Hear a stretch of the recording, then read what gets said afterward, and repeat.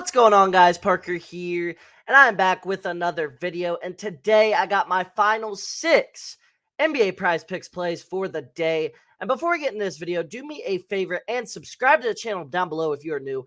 We're on the road to 2,300 subscribers, and each one of you subscribing would really mean a lot and help me out a ton, as well as giving this video a big thumbs up, as that helps push this video out to more and more people, and I really would appreciate that.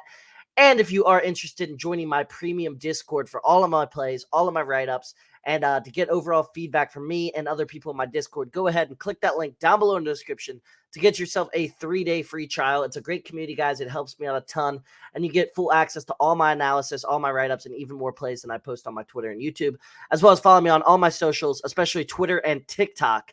Click those links in the description as I post daily plays on both of those apps as well.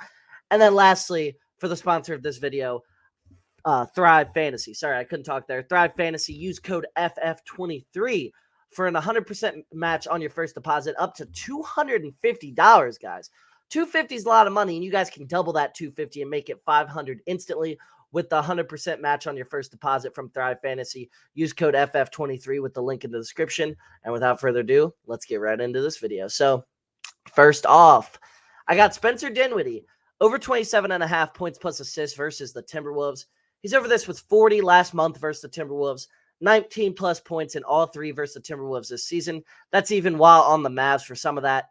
He's over in 4 of his last 7 games versus the Timberwolves, or that's actually overall. I just put the wrong thing. So 4 of his last 7 overall, 11 plus assists in 6 of his last 8 games. Dinwiddie has really found a new role as a facilitator on the Nets. However, he's still a scorer too.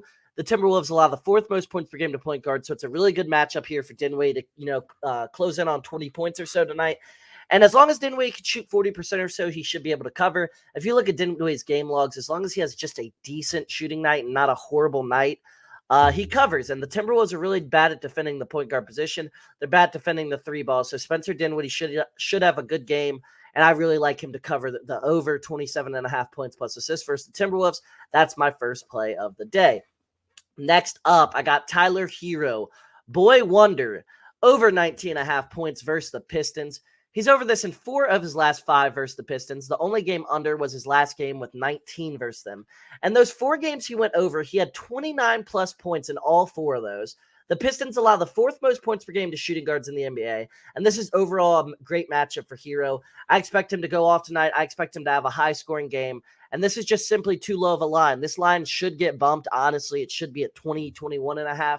Based off of what he does versus the Timberwolves. However, we are getting great value here as he dominates the Pistons, absolutely dominates them. This is a great matchup for Herro, and I expect him to cover this line with ease. 19.5 is just simply too low. So Tyler Herro over 19.5 points versus the Pistons is my second best bet of the day. Next up, the third here, I got Jayson Tatum.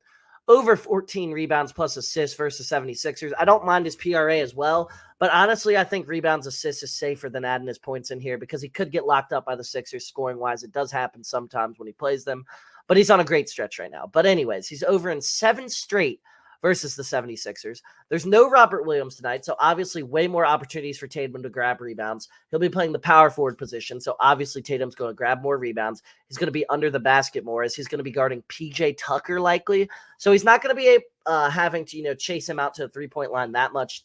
Tucker can shoot it a little bit, however. Tatum's not going to really be focused on guarding PJ Tucker much. It's a big game for playoff implications. The game should be high scoring. Game should be highly contested. Game should be close. And the 76ers tend to throw doubles at Tatum, so he'll be able to find open teammates. That's why I think his assist number is too low. So these combined, his rebounds and assists, I think is great value here.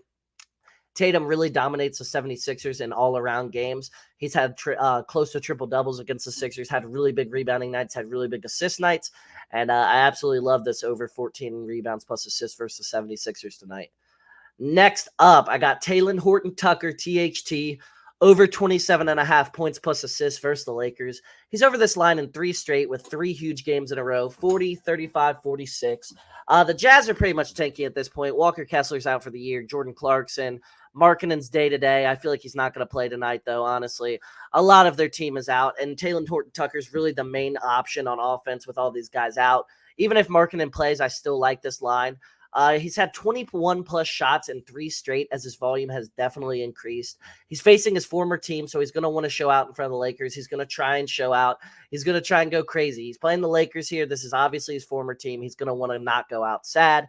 The Lakers allow the second most points per game to point guards in the entire NBA, and they allow the 9th most assists per game to point guards in the entire NBA. So to go along with the fact that this is his ex-team, they're horrible versus the point guard position. The Lakers have been much better as of late. However, they're still bad versus the point guard position. And even if this game blows out, THT should still get his 30-plus minutes here because it's about THT's development here. They don't really care that much how many minutes THT plays, to be honest.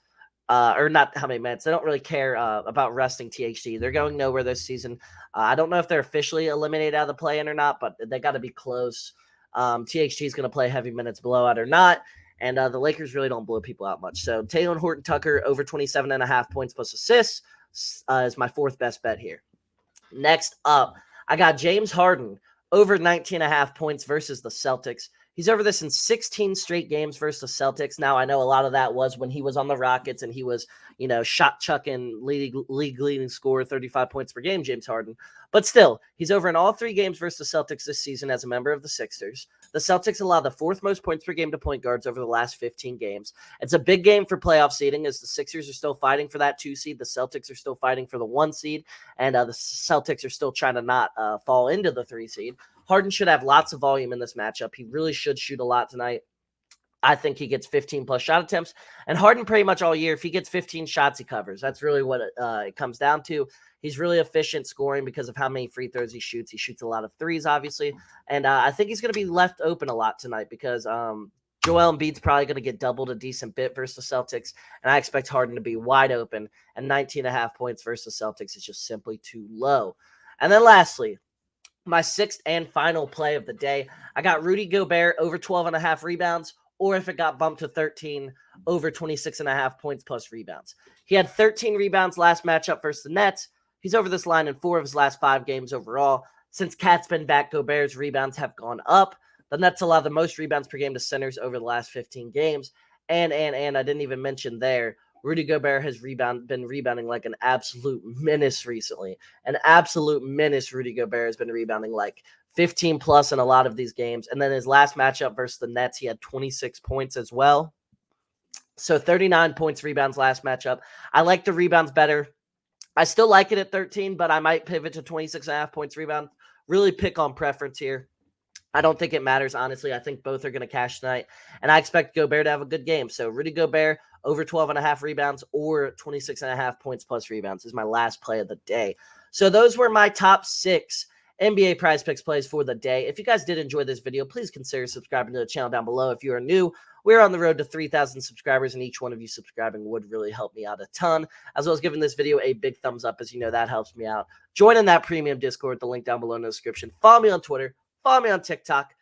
Use code FF23 on Thrive Fantasy. And without further ado, I will see you all on the next one.